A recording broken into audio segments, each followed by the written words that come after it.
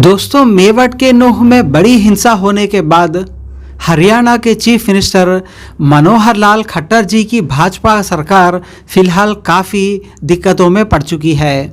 Already Bharatiya Janata party Manipur के मुद्दे को लेकर विपक्षी पार्टियों से सवालों के घेरे में है। अब ऊपर से ये मेवट का बड़ा इंसिडेंट होना ये बीजेपी के लिए बड़ा नुकसानदायक हो सकता है लोकसभा इलेक्शंस 2024 में। तो इसी परेशानी में बीजेपी पड़ी हुई है। ऑलरेडी मणिपुर के मुद्दे पर वो घिरे हुए हैं, ऊपर से ये मेवाट का ऑलरेडी नया इश्यू। कांग्रेस पार्टी लगातार बीजेपी से ये सवाल करके उन्हें घेर रही है कि मेवट में इतने बड़े इंसिडेंट होने के बाद भी पुलिस का वहां आने में इतनी बड़ी देरी क्यों हुई। आखिर सीएम खट्टर जी की पुलिस को आने में वहां पर इतना समय क्यों लगा, इस सवाल को विपक्षी पार्टियां कर रही है।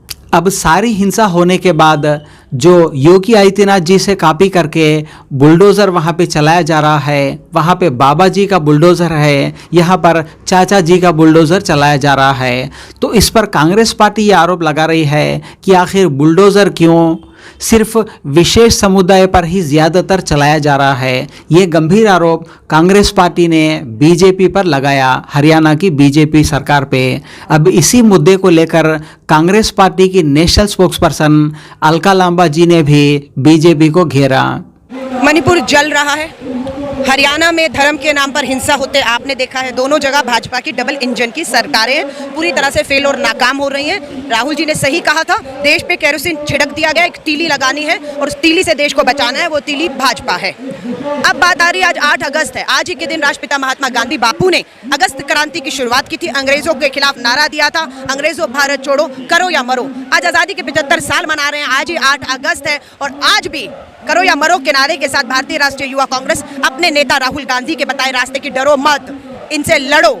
इस देश में हिंसा की कोई जगह नहीं है, अराजकता की कोई जगह नहीं है और इन तानाशाह जो देश के संविधान को ताक पर रख दिया, लोकतंत्र की हत्या करें, उनसे हम लड़ने निकले हैं। करो और मरो के नारों के साथ हम बिल्कुल देश को एकजुट रखेंगे, जाति धर्मों में बंटने नहीं देंगे। मणिपुर की बेटियों को दिल्ली की दहलीज पर आई तो लगा प्रधानमंत्री आवास जाएंगी, प्रधानमंत्री बेटी के सर पर हाथ रखकर न्याय का, बेटी बचाओ के नारे के तहत न्याय का विश्वास दिलाएंगे। दुर्भाग्य है, असंवेदनशील प्रधानमंत्री है, कोई फर्क नहीं पड़ रहा है उन्हें। बेटियां सुप्रीम कोर्ट की दहलीज पर बैठी न्याय की उम्मीद लगाए बैठी। यहीं से समझ आता है ये सरकार कितनी गंभीर है मुद्दों को लेकर। तो राहुल गांधी जी के नारे जोड़ो जोड़ो भारत जोड़ो, छोड़ो छोड़ो नफरत छोड़ो, यही नारा था। हरियाणा से गुजरी इसी नूह से राहुल गांधी जी की भारत जोड़ो यात्रा निकली।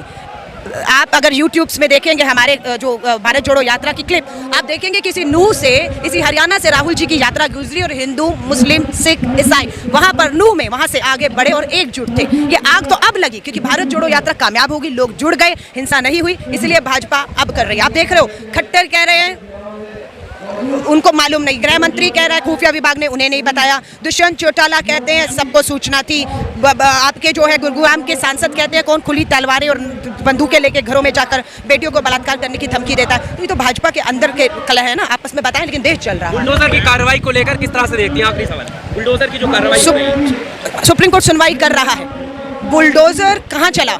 बताया गया जो मुस्लिम गरीब झुग्गियों में हैं उनको रोहिंग्या बताकर उनकी रोजी रोटी आजीविका घर छीन लिया गया।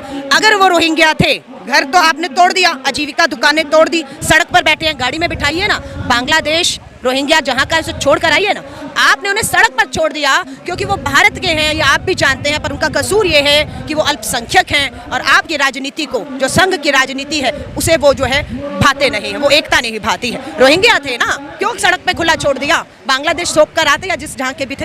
तो बात ये कि हमारी देश के नागरिक हैं लेकिन धर्म के नाम पर जल रहा है देश।